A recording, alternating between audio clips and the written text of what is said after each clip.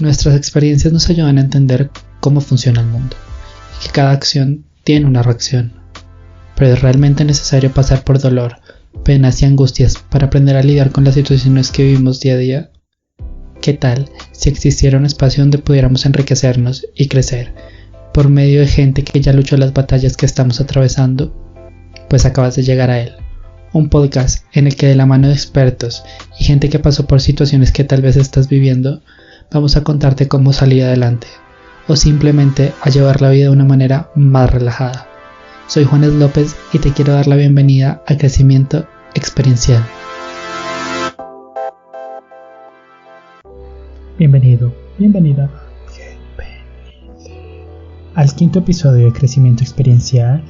Hoy cumplimos nuestro primer mes al aire y me siento muy orgulloso de lo que estoy creando, por las entrevistas, por las conversaciones, por estas personas tan inspiradoras que están compartiendo un pedacito de su vida para ustedes, para que lo escuchen, para que lo disfruten. Y hoy precisamente traigo una de las entrevistas de la cual me siento muy orgulloso, porque es un tema extremadamente importante, el acoso callejero. Por eso invité a Natalia Giraldo, que hace parte de un colectivo llamado No Me Calle, que se especializa en temas de acoso callejero, no solo de la mujer, sino también para personas trans, personas de la comunidad LGBT, personas indígenas, personas afro. Llegamos a conclusiones muy interesantes. Hablamos de mecanismos, herramientas, qué es acoso callejero, tipos de acoso callejero. Disfruten esta entrevista que se hizo con mucho amor, así que suelta la DJ. Bienvenidos al quinto episodio de Crecimiento Experiencial. Hoy me encuentro con Natalia Giraldo, que hace parte de un colectivo llamado No Me Calle. Vamos a tratar un tema que me está preocupando, que se llama el acoso callejero, y me preocupa porque digamos que es un tema que se ha hablado con muchas mujeres, y no solo mujeres, con hombres también alrededor en mi vida, pero últimamente se ha vuelto muy constante la conversación por lo cotidiano que es, y uno pensaría que ya no debería ser tan cotidiano por cómo, digamos, ha evolucionado la sociedad, pero es impresionante. Y lo que se me hace impresionante es escuchar historias de tantas mujeres de tantas generaciones. Hace poquito con conversaciones con tías, con abuelas, donde, acoso en general, pero acoso callejero, todas las mujeres han experimentado. Entonces ya tocaremos un poquito más del tema, hablaremos más a fondo porque tengo muchas dudas, pero quiero primero saludar y preguntarte cómo estás, Natalia. Hola Juan, ¿cómo vas? Yo por ahora muy bien, con frío, pero todo bien. ¿Qué tal tu cuarentena? Bueno, ahí vamos llevándola de la forma más tranquila que se puede. Bueno, ya te explico un poquito por qué te traje aquí, más bien no te traje, te invité acá porque es por medio de Skype la entrevista, pero quiero que me cuentes un poquito de qué es No Me Calle, de cómo nace. Yo ahí leí un poquito, pero quiero que me cuentes y me expliques qué es para ya hablar bien del tema. No Me Calle yo diría, es una colectiva.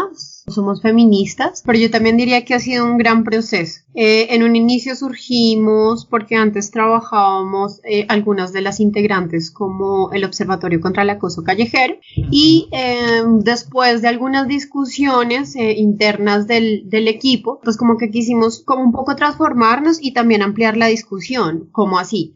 Pues antes nos dedicábamos un montón a la cuestión que es el acoso callejero, pero pues a medida que se fueron dando un montón de reflexiones, discusiones y trabajo, pues nos dimos cuenta que habían otras formas de violencia en el espacio público y que además estas formas las vivían determinados cuerpos, ¿no? No todas las personas vivimos las violencias en el espacio público de la misma manera. Entonces nos pareció muy importante, como uno, ampliar esa discusión, y dos, también como transformarnos para llevar como a cabo nuestro objetivo, que precisamente es empezar a visibilizar todas estas cosas, el acoso callejero como lo que tú decías, algo cotidiano, la homofobia, la lesbofobia, el racismo que se presenta en los espacios, la misma forma en que concebimos la ciudad como una forma de vivir los espacios de manera muy masculina. Es decir, la ciudad casi siempre, desde el inicio de su historia, ha tenido presencia de hombres en el espacio, mientras que las mujeres no tanto, y eso también ha generado cierto tipo de violencias y exclusiones. Y también nos interesa un montón como darle más potencia a esta discusión de la división del espacio público y privado, que también ha generado la normalización de muchas violencias. Entonces, bueno, venimos trabajando como con esos temas, nos gusta mucho lo que es como activismo de intervenir en la calle, como un poco de interrumpir la rutina cotidiana. Entonces a veces hacemos actividades como rayar con tiza, o bueno, también a veces nos organizamos para llevar a cabo la Semana contra el Acoso, y en el marco de esta semana también organizamos ciertas actividades que van muy acorde pues al sentir de nosotras frente al colectivo. Y bueno, todo el tiempo también estamos como en una discusión constante, por ejemplo también ahorita frente pues a esta emergencia del virus, discutir entre nosotras cómo es que se han transformado estas dinámicas del espacio privado y también qué ha pasado en el espacio público, ya que ahora es muy distinta la presencia de personas allí. Entonces como que más o menos esos como que los temas que trabajamos, como que lo que nos interesa también un montón como poder estar y participar en multiplicidad de espacios que nos permitan llevar estas discusiones, y sea como algo académico o en la calle o coceras o donde sea. Pues sí, o sea, perfecto, me da risa porque yo llevaba buscando o sea, es un tema que quiero tratar desde antes de que comenzara el proyecto, y estaba buscando a alguien porque al principio quería que fuera con gente que, digamos, había vivido el acoso, pero entre más hablaba y más buscaba, yo decía, hay gran cantidad de personas que enfrentan esto día a día, personas, pues en general, digamos, el mayor grupo son las mujeres, pero también las personas trans, las personas LGBT, las personas de otro tipo de raza. Quería comenzar con eso porque creo que sí es importante hacer esta aseveración de que el acoso callejero es algo totalmente común, es algo que vivimos con el día a día, y que aún así estando en cuarentena muchas personas están viviendo acoso en este momento en la calle. Entonces quisiera que me explicaras un poquito, porque siento que se desenglosan muchas cosas. Entonces, ¿qué tipos de acoso existen, digamos, en el sentido de acoso callejero? Bueno, yo creo que primero te voy a contar un poco como lo que nosotras hemos caracterizado como acoso. Que tiene ciertas características, ¿no? Como que hemos escuchado que hay acoso laboral o acoso en las universidades y demás, pero el acoso callejero tiene particularidades. Bueno, una de ellas es que casi siempre tiene una connotación sexual o hace referencia a tu cuerpo. Entonces el comentario, mamacita rica, es que yo le haría o uy, qué delicia ese culo, es una forma de intimidación, es una forma de expresar control en un territorio. O sea, aquí como mucha gente que argumenta como no, es para conquistar, o ya las mujeres no se aguantan nada, o es que hace un montón de años así se conquistaba.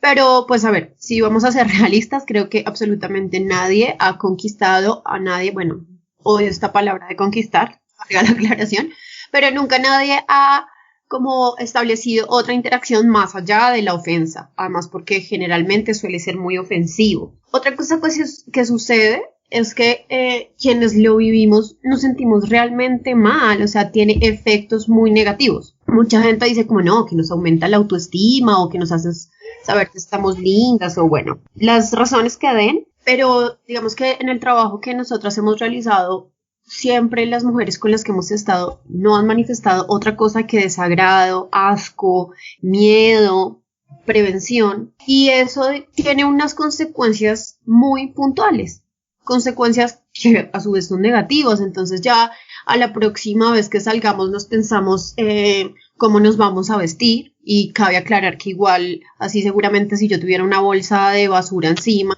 o estuviera tapada de cabeza a pies me dirían algo, como que nos pensamos cambiar de rutas o pedir acompañamiento de alguien, o sea, como que todo el tiempo nuestra vivencia del espacio está mediada por este sentimiento de me puede pasar algo, me pueden acosar, me pueden decir algo. Digamos que esto lo que nos muestra es que es evidentemente una manifestación de control que reafirma la presencia masculina en el espacio, ¿sí? Entonces, cuando nosotras nos ganamos el acoso, cuando lo vivimos, se nos culpa, ¿no? Sí. Entonces es como, ay, pero ¿para qué te vistes así? ¿Por qué estás por ahí? Bueno, como que yo creo que ya no hay ni siquiera necesidad de nombrar como las cosas que nos dicen, porque ya están como muy claras para muchas personas. Y frente a los tipos de acoso, bueno, o sea, como que Son varias formas, digamos, que nosotras clasificamos. O sea, nosotras hablamos de un acoso que es verbal, que es todo esto que tiene que ver como con los comentarios sobre tu aspecto físico, o cuando se burlan, o te humillan. Incluso ahí podríamos meter lo que son silbidos y ruidos, cuando te hacen como si estuvieran llamando a un perro o algo así. Hay otro que ya tiene que ver con lo que es el lenguaje corporal. Entonces, cuando te miran de una forma muy morbosa, cuando te hacen gestos como, no sé, lamerse los labios y el exhibicionismo. Digamos que estas dos formas de acoso, como que a veces es para la gente muy complicado comprender que son formas de violencia. Sí. O sea, como no hubo contacto físico, no se considera violencia. Pero creo que es muy importante como que visibilicemos que es que no es necesario que a mí me toquen un cabello para que yo me sienta realmente intimidada, con miedo, violentada. O sea, si un tipo está enfrente mío masturbándose, más está lamiendo los labios y me mira de una forma realmente asquerosa, obvio, yo me voy a sentir con mucho miedo. O esta cuestión de que me digan algo realmente asqueroso al oído, esto a mí me va a generar unos sentimientos negativos, ahí no hay de otra, ¿sí? Y creo que también es importante porque a veces está como este imaginario de que uno de las mujeres nos gusta que nos digan cosas o que hay, como que te dijeron un comentario y ya, ¿sí? Como que no pasó nada, o como no te tocaron, no pasó nada. No, y al contrario, perdón, te interrumpo, pero siento también algo que es rescatable aquí, es que hasta de cierta manera esperan que agradezcas ese tipo de acoso. Y no sé si yo me lo estoy imaginando, pero siento que sí es así. Sí. Y mira que esto se ve de manifiesto muchas veces cuando reaccionamos, como cuando yo le digo, oiga, ¿qué le pasa? Asqueroso, bla, bla, bla, y el tipo me dice como, ay, no, pues ni que estuviera tan linda, o no, uno siendo caballero y usted tan grosera. Entonces sí, como que un poco también este imaginario de que las mujeres somos pasivas y que además tenemos que aceptarlo todo, refuerza este tipo de respuestas, ¿sí? Donde tenemos que agradecer, o otra cosa que sucede muy seguido es tenemos que ignorarlo. Entonces muchas veces el consejo es como, ay, pero no les pongas cuidado. Entonces eso también, digamos que ha tenido como consecuencia que muchas veces de verdad no haya respuesta. Por otra parte, nosotros también hablamos ya de lo que es físico. Entonces, pues los manoseos que, por ejemplo, en transporte público o en espacios públicos donde hay aglomeraciones es muy constante. No sé, también el rozamiento de las partes del cuerpo, como, no sé, por ejemplo, cuando estoy sentada en el bus y se para un tipo al lado mío y empieza a refregarme el pene en el hombro. Y eso pasa súper común. Persecuciones, que también pasa un montón. Esto además es realmente genera pánico. Y la intimidación o agresión ya, digamos, de tipo sexual, violaciones y otro tipo de agresiones en el espacio público. Pareciese que la gente cree que el acoso callejero simplemente es como que nos digan algo. Sí. Y que una se incomodó o no sé, o que bueno, el rozamiento. Entonces nosotros acá hemos hecho un poco el trabajo de mostrar, hay un montón y seguramente hay otro montón que se me quedan por fuera. Pero todo esto, todos estos tipos de acoso generan un panorama de constante miedo, de prevención, de que nosotras de verdad no estemos tranquilas. Y esto para muchas personas incluso suena exagerado, ¿no? Entonces como, ay, qué vas. Pero es muy impresionante cuando tú te pones a hablar del tema y te das cuenta que prácticamente todas las mujeres a tu alrededor han sido acosadas al menos una vez en su vida. Y eso, digamos que en uno de los casos más afortunados, por mal llamarlo, digamos que las experiencias realmente, si tú te pones en el trabajo de indagar, son traumáticas. La mayoría de mujeres tenemos experiencias traumáticas de acoso, desde el tipo que se masturbó y se vino encima mío, desde el man que me persiguió un montón, desde el tipo que todo el camino en el bus estaba manoseándome, y muchas de estos episodios suceden desde que estamos muy pequeñas, muy chiquitas, desde el colegio, 10 años, incluso antes.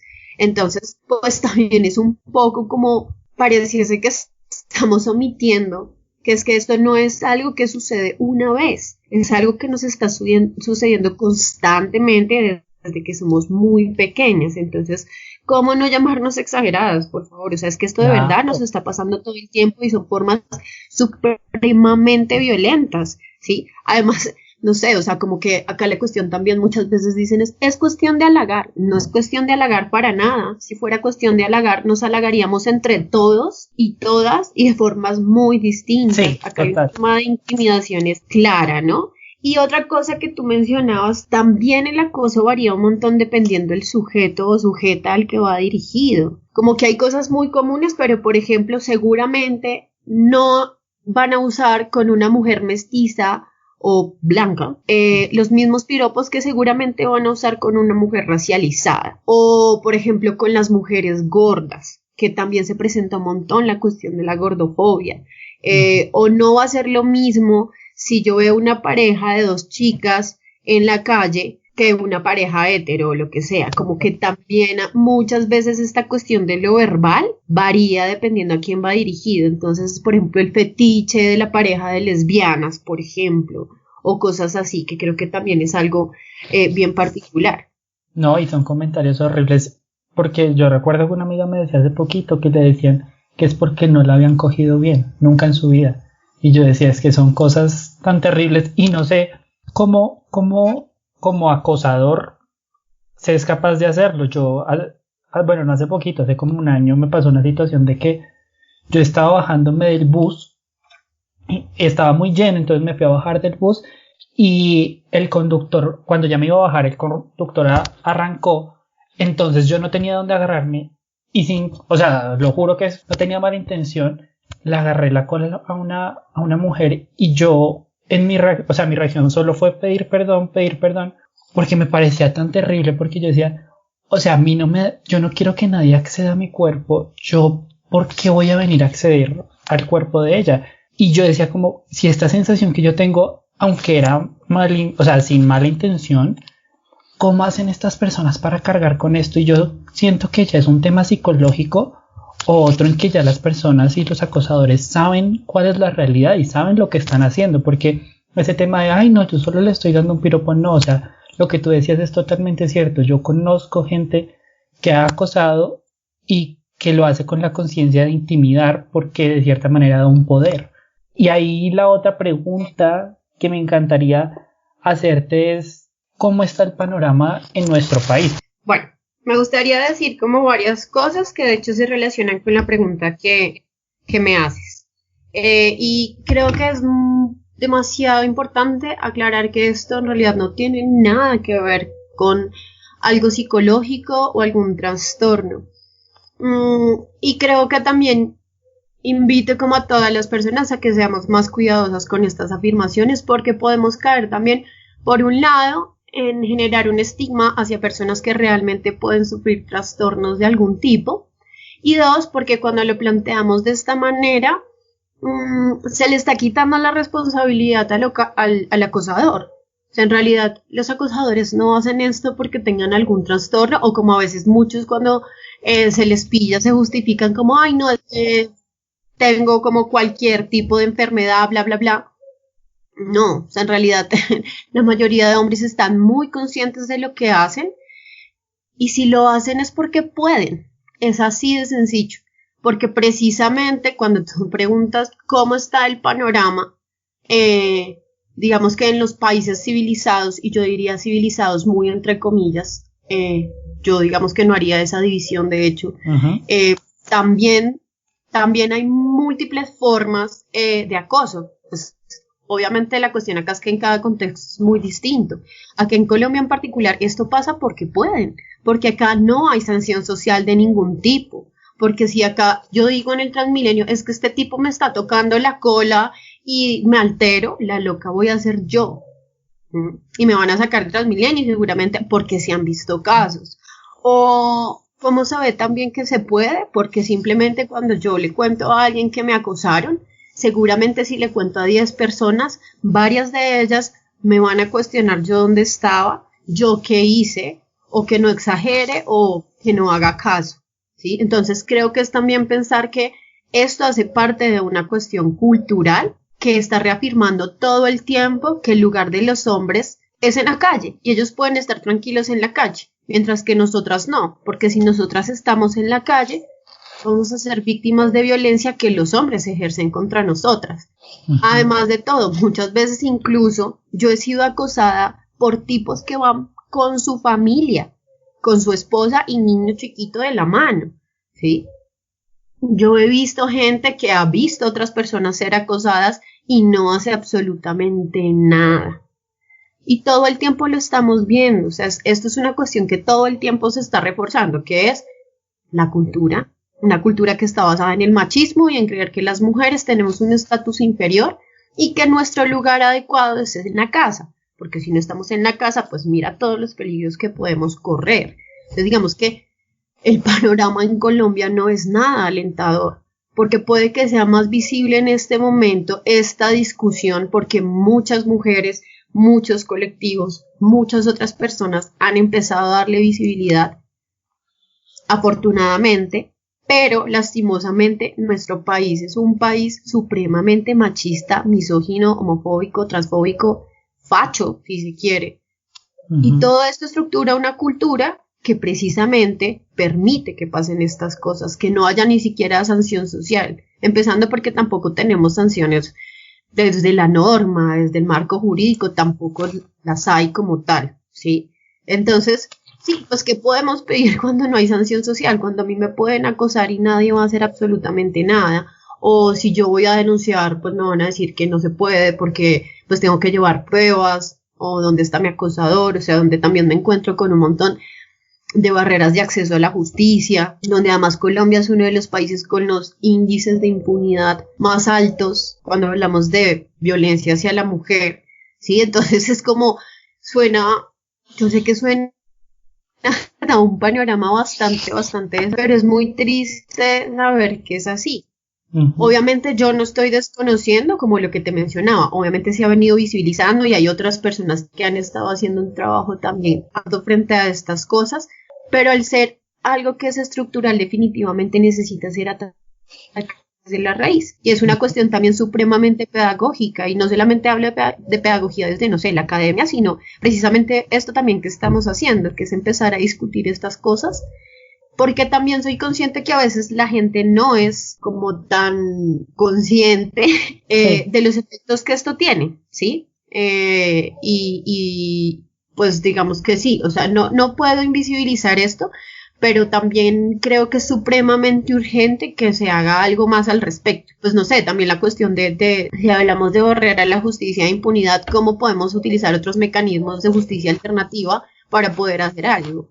O como si tú eres testigo de un episodio de acoso, intervienes y no necesariamente hay que intervenir desde la violencia, ¿no? Porque también ha pasado eso, cuando entonces invitamos a la gente de, bueno, una forma de poder transformar estas situaciones es intervenir, entonces lo que nos mencionan es como, no, pero pues es que uno que se va a meter, si es que igual muchas veces cuando uno se mete en peleas de novios, a veces uno incluso sale también agredido, y claro que sí, esto es cierto, pero pues no sé, también es un llamado a que seamos un poco más creativas, entonces no sé, si estamos viendo que una chica está siendo acosada en el bus, pues no necesariamente tenemos que ir a decirle algo al agresor o a confrontarlo, sino que, no sé, nos meter disimuladamente entre el agresor y la chica, o podemos hacer algo así, te puedes mover, o lo que sea para, pues, también evitar esta confrontación, sí, porque no todo el mundo lo va a hacer de esta manera, ¿no? Sí, algo que me parece muy, digamos, loable del mensaje bueno, no sé cómo se dice, colectivo, que tienen ustedes es el mensaje de si el Estado no me cuida, me cuidan mis amigas, porque voy a hacer spoiler, pero en un capítulo de Sex Education hablaban precisamente de eso, de cómo las amigas de una chica que fue acosada y que tenía miedo de volver al transporte público se iban con ella y la apoyaban para que no sintiera que estaba sola. Y que es lo que te quiero preguntar, ¿cómo es la labor de los entes de nuestro país frente a ese tema? O sea, ¿cómo se manejan estos casos? O sea, si hay una entidad gubernamental a la que se pueda acudir y que realmente vaya a tomar el caso en serio, porque si existe una tendencia de lo que tú dices, o sea, pues es culpa de ella porque cómo se estaba vistiendo, o por dónde estaba caminando, o para qué va, o ella lo provocó, que son cosas terribles, pero que tristemente es la realidad en la que vivimos. Entonces, ¿tú cómo ves el panorama de los entes, digamos, gubernamentales de nuestro país frente al acoso? Y bueno, yo creo que primero, para abordar como la función y competencia de las entidades, hay que dejar claro que prácticamente hemos sido las mujeres quienes nos hemos estado parando frente a esta situación. no solamente desde los colectivos, sino que hablo desde la acción cotidiana, es decir, desde hace un montón de tiempo esto viene pasando y hemos sido nosotras las que nos hemos tenido que idear mecanismos para la defensa y para la reacción. Creo que nosotras también hacemos mucho énfasis en eso. Y por ejemplo también el mismo nombre de nuestro colectivo, de No Me Calle, y es el no guardar silencio y el de reaccionar como cada quien pueda, desde sus actitudes, desde sus habilidades, desde su estado anímico, porque sabemos que no todo el mundo reacciona ni tiene la respuesta de la misma manera, pero es invitar precisamente a ya no más, o sea, ya no nos queremos quedar calladas para que esto continúe, porque precisamente hemos visto que las medidas del Estado no solamente no son efectivas, sino que también sucede algo muy particular, y es que en el contexto colombiano, acá pensamos en la normatividad, en las herramientas jurídicas, cuando ya los problemas prácticamente nos han estallado a la cara. Entonces, digamos, no contamos con herramientas jurídicas, no hay una tipificación dentro de la norma del acoso callejero como tal. Yo no sé mucho de derecho, pero pues digamos que para poder hacer uso de la norma para denunciar esto, el acoso tendría que estar tipificado. Cuando hablamos de tipificado es prácticamente toda la caracterización que nosotros nombramos antes de dónde sucede, cuáles son sus tipos, cuáles son las consecuencias, bueno, como es todo eso. Cuando no hay una normatividad ni una herramienta normativa en la que podamos hacer uso, eso complica un montón el proceso de denuncia. Se puede hacer uso de otras cosas como injuria por vía de hecho, bueno, y dentro de la ley 1257 de 2008 también se tipifica el acoso sexual, pero no el acoso sexual callejero. Quizá también se puede hacer uso como de esta tipificación, pero eso, o sea, al no contar con una herramienta específica, eso hace muy complicado un proceso de denuncia. Eso a su vez hace que sea muy complicado que se desarrolle como iniciativa desde la institución para poder hacer algo. Lo que no quiere decir que no se esté haciendo. Sí, yo sé que desde la Secretaría Distrital de la Mujer, de hecho, el año pasado se hizo el lanzamiento de un estudio piloto de caracterización del acoso callejero que se hizo en la localidad de Kennedy. Sé que ellos están, en este momento se está desarrollando, o bueno, ya ha venido desarrollándose un protocolo precisamente para atención en Transmilenio, y que también cuentan con unos mecanismos de denuncia, bueno, más que denuncia, no, me disculpo, no es de denuncia, es un mecanismo de atención frente a las violencias en el ámbito público, y ello se genera ahí también como un protocolo, como una ruta de atención específica.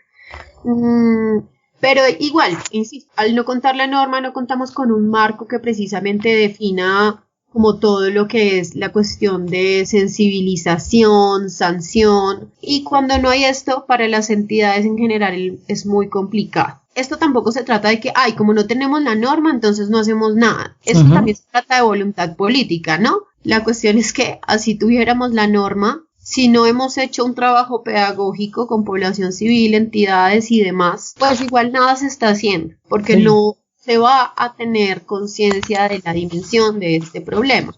Y va a ser lo mismo de siempre, que si tenemos una norma, simplemente el funcionario o funcionaria que la tenga en la mano, pues la va a interpretar a su manera y en esa misma medida va a actuar. Y eso a nosotros no nos sirve de nada, porque eso no nos está cambiando el panorama de nada. Y además de todo, personalmente yo digo, ¿para qué un marco normativo en este momento cuando vemos que hay un montón de barreras al acceso de justicia, en casos aún más graves, como incluso casos de feminicidio? Entonces yo diría, si en casos así es realmente terrible, revictimizante, ¿cómo será llevar un proceso de acoso callejero donde te queda muy complicado tener pruebas, donde no sabes quién es tu agresor, que además esta cuestión del anonimato también funciona perfectamente para los acosadores, de que no son identificados, no son reconocidos, se largaron del lugar y nada pasó nunca, siguieron con su vida? Entonces, sí es un tema bastante complejo si hablamos como de las entidades, porque es que acá sería no solamente hablar de la entidad, sino ver cómo es que está estructurado toda la cuestión jurídica en nuestro país y ver que no es efectiva. Entonces, ¿quién sabe qué tan efectivo sería si pensáramos un marco normativo? Yo creo que quizás sería más efectivo empezar a implementar un montón de programas pedagógicos, educativos, culturales, que hablen no solamente de este tema, sino en general de la violencia hacia la mujer. que dejemos de estar normalizando esto, de que cada día haya un feminicidio, de que hayan un montón de mujeres agredidas y como que a nadie le importa o solo unos pocos o lo normalizamos. Creo que también lo que tú dices es cierto, con la norma no se va a solucionar nada si no se explica lo que viene detrás y realmente por qué es un delito y por qué simplemente está mal el creer que uno tiene derecho sobre el cuerpo de otra persona porque sí. Entonces pues eso sí me parece que es, digamos, de lo más valioso que se puede rescatar, digamos, de soluciones en este momento. Quisiera preguntarte un fenómeno que leí hace poquito que se está presentando que se llama el upskirting. Quisiera que me comentaras un poquito más qué es, porque sé que se ha vuelto como muy común, entonces quisiera como saber un poquito más y que la gente supiera un poquito más qué es. Bueno, digamos que no sé así muchos detalles del tema, sé que es como otra forma que ha ido surgiendo en unos contextos bien particulares de acoso. Sé que se ha presentado en Corea un montón. Y de hecho creo que fue en Corea que se tuvo que tomar como unas medidas al respecto, que es una práctica donde se mira debajo de las faldas o también creo que debajo como de, pasaba mucho como de en los baños públicos, ¿sí? Como espiar, ¿cómo escribirlo? Como por la parte de abajo, por decirlo, ¿sí?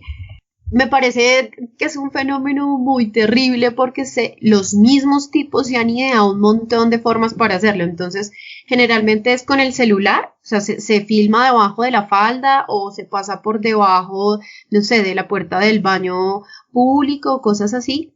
Pero lo terrible es que yo he visto que han implementado cosas como, no sé, el selfie stick, o una vez vi que habían sujetos que se habían pegado incluso el celular como al zapato, como para poder meterlo entre las piernas de la chica que se viera debajo de su falda, debajo de las puertas. Pues digamos lo que te digo, no voy a hacer la afirmación porque puede que me esté equivocando, pero sé que en un país tuvieron que tomar medidas así como bien drásticas al respecto.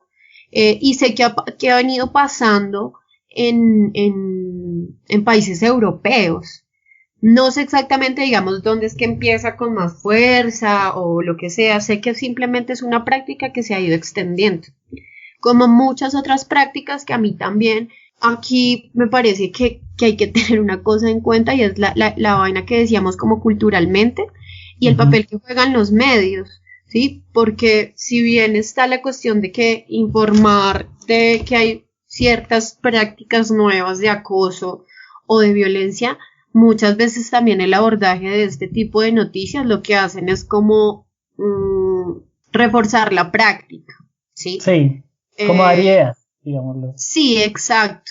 Entonces, creo que también depende eso, mucho del abordaje crítico que se le haga, pero pues es eso, o sea, yo creo que esta cuestión del upskirting muestra cómo incluso los tipos todo el tiempo se están ideando formas más creativas para traspasar estos límites y barreras personales, que pareciese que en el caso de las mujeres todo el mundo puede traspasar, ¿no? Porque eso también es como si el cuerpo de las mujeres todo el tiempo en la calle tuviese que estar disponible a que nos miren por debajo de la falda o que nos manoseen o nos digan cosas. Pues lo último que quisiera ya como saber o siento que es algo muy difícil de preguntar porque siento que no hay como un mecanismo establecido de qué se puede hacer, pero ¿qué consejos darías para manejar el acoso callejero? Y te lo voy a hacer en dos tipos de pregunta. El acoso siendo víctima y en otro siendo espectador del acoso. Como ¿qué crees que qué herramientas podríamos usar para manejar este tipo de casos? Esa pregunta está súper buena porque de hecho es un tema que nosotros sí hemos trabajado un montón.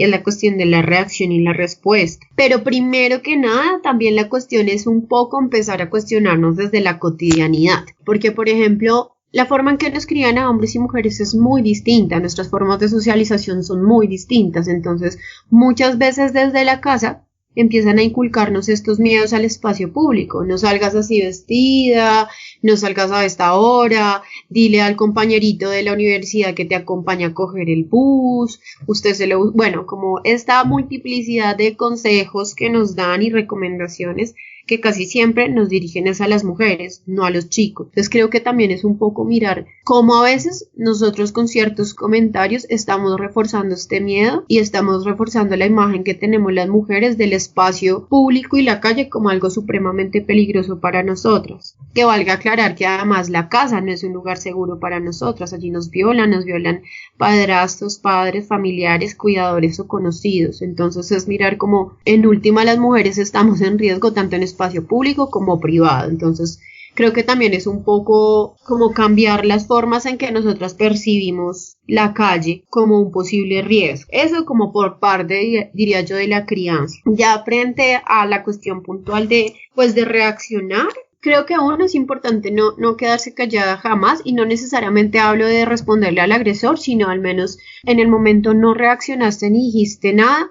No te quedes con eso, cuéntale a alguien, y cuéntale a alguien de confianza, porque muchas veces ha sucedido que uno va a ir a contarle a cercanos o conocidos y recibe respuestas más bien desalentadoras. Creo que la cuestión de verbalizarlo, de contar qué pasó a alguien que sepas en primera medida que puede ser un apoyo, puede ser una buena opción. Ya frente puntualmente a la reacción, creo que es muy importante que aclaremos que jamás vamos a poder decir, nadie nunca va a poder tener la potestad ni la autoridad de decir que hay una mala o una buena reacción. No importa, no podemos decirlo, sí, como que en realidad cada quien está reaccionando en consecuencia de múltiples factores, de cómo se siente ese día, de qué miedo tuvo, de si de pronto yo soy de un carácter un poco más violento y de responder, o quizá de pronto mi carácter es que yo soy más miedosa y soy más tímida, o resulta que ese día estaba teniendo un día de porquería y preciso un estúpido me acosó, entonces yo le respondí dándole con mi bolso, o le ¿sí? Como que no importa, porque también muchas veces este sentimiento de culpa que nos han inculcado tantas las mujeres también opera acá. Entonces una se empieza a matar la cabeza, ¿por qué no le dije nada a este tipo? O yo no debí pelearle, o yo debí decirle otra cosa, y entonces nos sentimos a veces también mal por ello.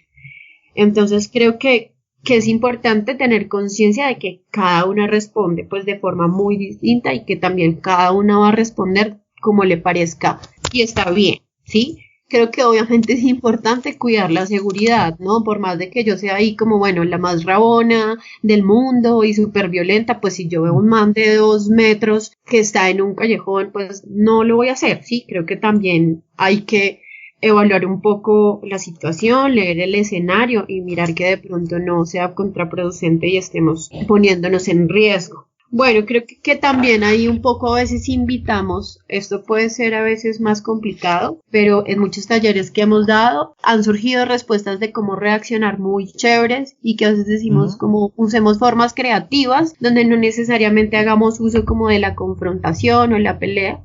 Sí.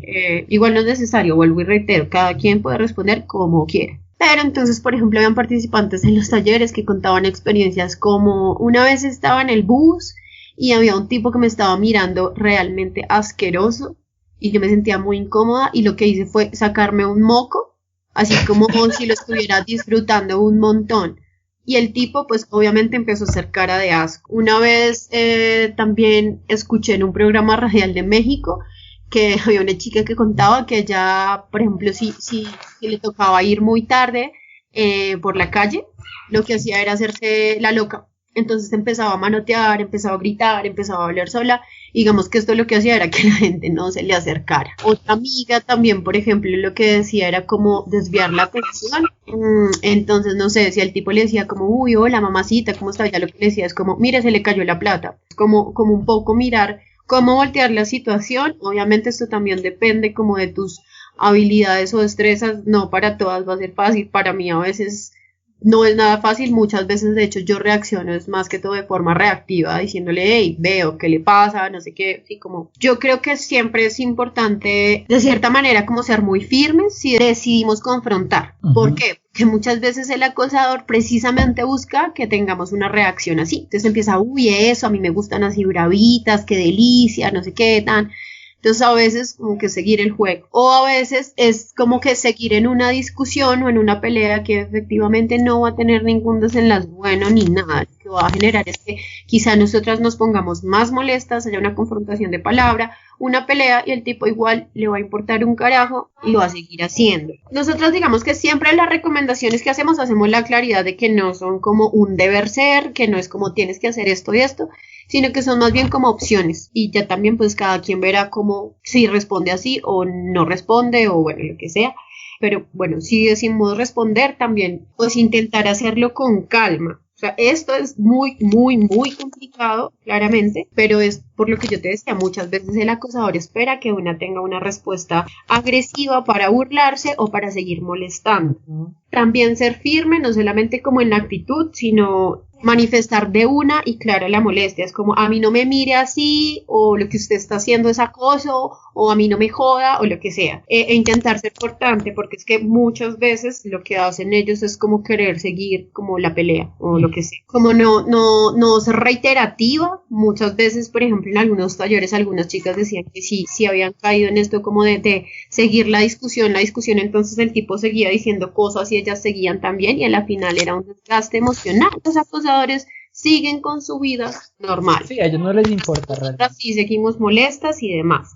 Entonces, digamos, eso un poco por parte de si soy acosada, como qué hacer. Pero acá hay varias cosas a tener en cuenta, y es que pues también hay testigos, ¿no? Como tú dijiste, ¿qué pasa si entonces yo presencio una situación de acoso? Entonces, estos de pronto a veces pueden ser incluso más complicados de poner en práctica, porque al menos en Bogotá, que es donde estamos, la gente es muy prevenida. Entonces nosotros a veces recomendamos como, pues si tú estás viendo que alguien está siendo acosada, acércate y le preguntas o te haces la amiga o lo que sea. Sí, como, ay, hola, ¿cómo estás? Te estaba buscando o lo que sea. Pero también en varios talleres decíamos como, esta estrategia está súper buena, pero de verdad en Colombia, bueno, sí, en Colombia y en Bogotá somos muy desconfiados. Entonces, muchos decían como, no sé, la verdad, cómo reaccionaría si estoy siendo acosada y otra persona se me acerca a decirme algo, como que quizá de pronto me genere miedo o más prevención. Entonces, como que ahí también creo que depende como de cómo afinamos los ojos y leemos la situación y mirar qué tan posible puede ser. Si la chica de pronto está muy asustada o algo, pues no va a ser buena idea abordarla. Quizá ahí sea más como mejor idea lo que decía del ejemplo del transporte público, como meterte entre el acosador o la chica, no sé, desviar la atención del acosador así hacia alguna otra situación. O incluso, pues si ya hay otras personas que se atreven a no quedarse callados, pues manifestarle directamente al tipo como qué le pasa, qué está haciendo o lo que sea, como hacerle saber que lo que está haciendo no está bien. E incluso yo diría que también ponerlo en evidencia. Muchas veces también pasa que uno se da cuenta y listo, pero creo que también esta cuestión quizá del escarnio público y la sanción social podría ser una herramienta efectiva. Creo que también lo mismo, como que mucha gente prefiere no intervenir por miedo a ser agredida, pero creo que también si estamos en un lugar con aglomeración o con más gente, podríamos mirar cómo no intervenir directamente en la situación, sino quizá hacer que las otras personas que estén alrededor de nosotros también pues se den cuenta y esperemos que quizá puedan apoyar o intervenir de alguna manera. O sea, de veras que creo que sí, depende mucho de la situación, del escenario, pero nosotros sí invitamos siempre como no nos quedemos calladas, hagamos algo, porque es que el acoso callejero es una de las formas más cotidianas de violencia que vivimos las mujeres. De veras es súper normalizado. O sea, a mí me impresiona mucho cuando hablamos de este tipo de problemas, de prácticas, de los miedos que nos genera, es supremamente común. Y además de todo, pensar que no solamente es como el hecho chiquito y horrible de que me acosaron hoy, sino que es algo que va teniendo efectos a largo plazo y que también va determinando como que de veras se consolide como un miedo ahí compartido entre las mujeres frente al riesgo que corremos. Entonces, por ejemplo, además, cuando ahorita salió esta cuestión de la medida del pico y género y demás, yo escuchaba muchas historias de chicas que decían como que les daba mucho pánico salir, incluso en el día que tocaba salir de las chicas, porque pues igual había mucha presencia de tipos en la calle, y pues como ahora las calles estaban más solas, pues quedaba muchísimo más pánico como estar en un escenario donde habían varios tipos que te decían cosas en la calle. También es pensar, y sonará muy trágico para muchos, y no me importa porque en realidad es así, y es pensar que para muchas mujeres es que el miedo no solamente se trata de que me acosen, me digan o me cojan el culo. es pensar que estamos en un país que tiene niveles increíbles y cifras súper elevadas de feminicidio. Entonces es pensar que quizá este tipo no solamente me va a coger el culo, me va a decir algo al oído, sino que quizá pueda pasar algo más. Y aquí también mucha gente dice, uy, pero es que son súper exageradísimas. No somos exageradas si estamos viendo que cada día hay mujeres asesinadas. Entonces también es darnos cuenta que todo este tipo de hechos violentos configura un panorama que nos está comunicando a las mujeres que todo el tiempo podemos correr el riesgo de ser acosadas, violadas o asesinadas. Entonces creo que es también un poco la invitación de intentemos pillarnos que este fenómeno que a veces vemos tan superficialmente, pues detrás tiene un montón de otras cosas estructurales y que tiene unas causas y consecuencias que de cierta manera están mostrando el estado de machismo y de normalización de la violencia que hay en este país. Pues la verdad, el tiempo se me pasó muy rápido, ya toca cerrar, pero gracias porque me hiciste pensar en muchas cosas, replantearme pensamientos hasta que uno tiene, que yo tengo y que se reflejan en este tipo de situaciones. Antes que terminemos, algo que hago generalmente en cada episodio es le pido al invitado que dé un consejo para el público en general, no tiene que ver, o sea, si quieres que sea directamente relacionado con el tema o en general, entonces, ¿qué consejo te gustaría darle a la gente? Qué complicado. Si hablamos de la vida en general, diría que las mentiras son terribles, que es mejor jamás mentir. Y ya digamos un consejo relacionado con el tema que hablamos es empezar a cuestionar nuestra cotidianidad, porque a veces pensamos que la violencia hacia la mujer se manifiesta con estos hechos supremamente violentos como violaciones y feminicidios, pero a veces pasamos por alto que nosotras desde nuestra casa estamos contribuyendo a ciclos de violencia. Entonces, pues amiguis, en el marco de esta contingencia, creo que también es pillarnos quién está haciendo las labores en la casa, a quiénes se les recargan las labores de cuidado, cuál es el reconocimiento monetario y social que se da a esas labores y qué tanto estamos contribuyendo nosotros a que haya una precarización de trabajo en los hogares o a cambiar estos patrones que en definitiva pues para nosotras refuerzan totalmente todo este tipo de violencias. Y también, digamos que otro consejo es que para los chicos, sobre todo, yo tengo muchos amigos que quiero un montón, he tenido un montón de discusiones con ellos, a veces porque me dicen, Natalia, yo no soy acosador, Natalia, yo no soy violador, Natalia, yo no soy así. Y yo les digo que los felicito un montón, pero si tú tienes amigos conocidos que sí son así y no haces nada, pues estás siendo cómplice y estás siendo parte del problema.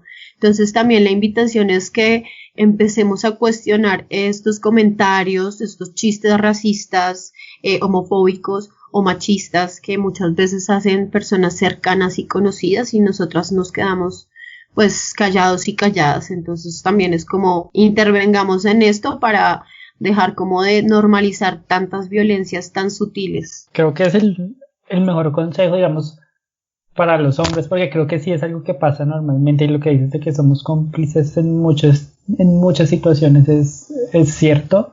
Mi consejo de esta semana para la gente que siento que va relacionado con el tema es que si eres indiferente con las situaciones ajenas, no esperes que la gente venga a rescatarte a ti. Antes de terminar, dime las redes sociales del colectivo, donde las pueden buscar, lo que hablaste de los talleres para que la gente pueda acceder a ellos. Entonces, antes de terminar, cuéntame. Bueno, nos pueden encontrar en Facebook, en Instagram, como No Me Calle. Nos van a reconocer porque nuestro logo es morado con letras amarillas. Nuestro correo también es nomecalle@gmail.com. Si alguna persona de momento está interesada en algún tipo de taller o generar alguna articulación, pues bienvenidos, bienvenidas sean. Nos pueden escribir a cualquiera de estas redes. Casi siempre, a veces por Instagram es un poco más inmediato. Ya, pues cualquier duda, si quieren información sobre los espacios de talleres, lo que sea, nos pueden escribir y pues nosotras en la medida de lo posible les estaremos respondiendo lo más rápido que podamos. Pues mil gracias por esta conversación, de verdad fue un gusto tenerte para que me comentaras. No se olvide la gente de seguirnos en Crecimiento Experiencial, estamos en Instagram y estamos en Twitter y nos vemos la próxima semana para hablar de otros temas. Hasta luego.